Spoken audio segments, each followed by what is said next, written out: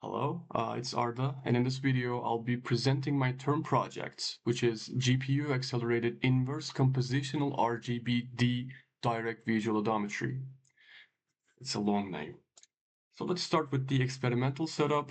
I have a GTX 1080 and an Intel Core i7-6700 CPU, which operates at, let's say, 3.4 gigahertz. And here are some other variables such as default pair/init and pyramid/maximum iterations, which we will be kind of covering soon. So this is our data set. We have some RGB images and depth maps associated with them.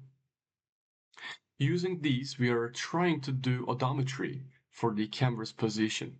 In other words, we are trying to acquire a trajectory of the moving camera from a video of RGB images and depth values. So this image here is a generic visualization of how coarse-to-fine pyramid idea works. We first operate on lower resolutions, and upon convergence or hitting the designated maximum iterations, we go to the next resolution up until the original one. And here is how it looks in our data set. Here also depth maps are resized with the resized RGB images so that they match. And we here start from L3, let's say, the optimization. This one visualizes where do we try to select the pixels or centers of patches, let's say. This is just for visualization purposes. Selection of pixels or patch centers are from highest gradient points, but when we go for patches, they are not overlapping at all.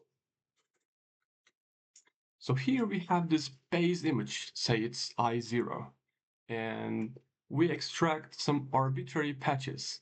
Again, this is only for visualization, and these patches are not the ones that are actually selected. It's just for, looking simple. Okay, now assuming identity pose between image 0 and image 1, namely assuming camera has not moved, the patches will be at the same spot in this image I1. See, the locations of the patches are not changing because our assumption is that camera is not moving. We are assuming relative pose identity in between them. So if we project those patches, it looks like this initially. So it's obviously wrong. It needs fixing, and we need to fix this by solving the photometric alignment problem. I don't want to go into the equations and so on. They are present in the report.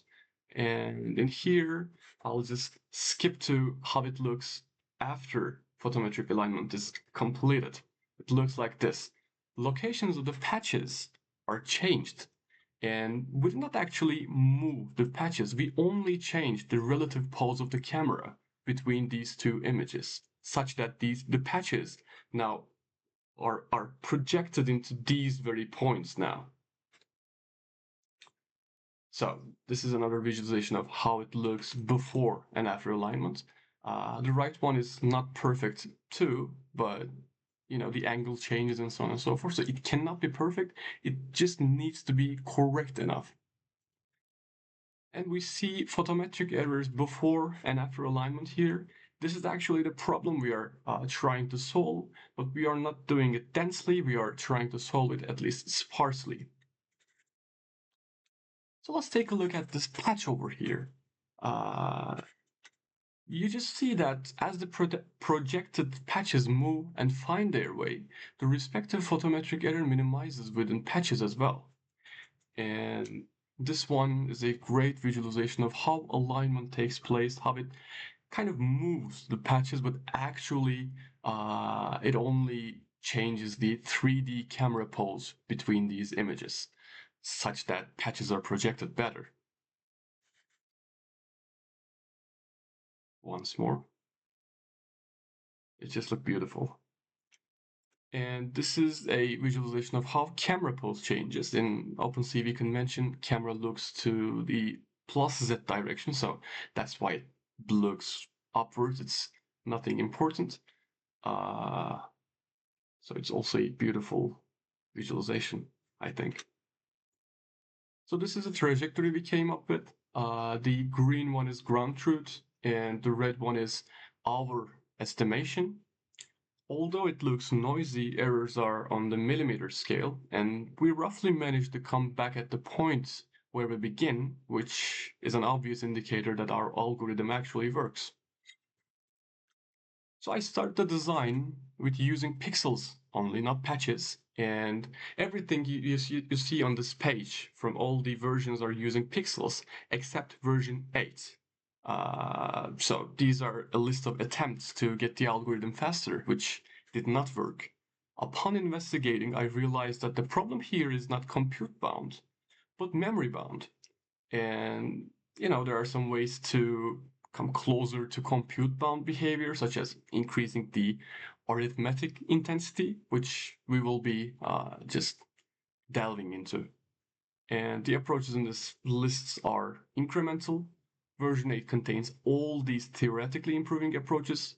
And this version 8 also has an adjustable patch radius parameter, which is our strategy to better observe GPU speedup by increasing the arithmetic density without playing too much about the memory transactions. So one thing to note here, there are practically no difference between version 7 and version 8. Version 8 just has this radius parameter, which extends pixels to patches. I just wanted to emphasize it once again. And I did 2 tests here. I first tried to change the image scale, which did not show much of a difference in speedup. Then I changed the radius of these, say, patches, which has made all this GPU speed up observable. Like I changed the radius, which determines the patch size, and the problem approach to compute bound. We see GPU clearly wins here, and let's investigate these 2 attempts individually. So this is the upscaling the image resolution, and we see that speedup somehow increases, but not in an exploding manner. Most we got from here is 6 times speedup. It's not even monotonously increasing.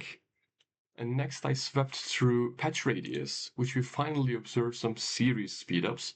This is because our memory operation is roughly the same, while arithmetic intensity just blows up, and parallelization obviously kicks in. Overall, this speedup comes from the per patch residual evaluation and normal equation accumulation. Here it's clearly seen that we have an increasing trend, but obviously it is also bound that you cannot go infinitely by just increasing the patch size. So thank you for listening to me. I hope you enjoyed this.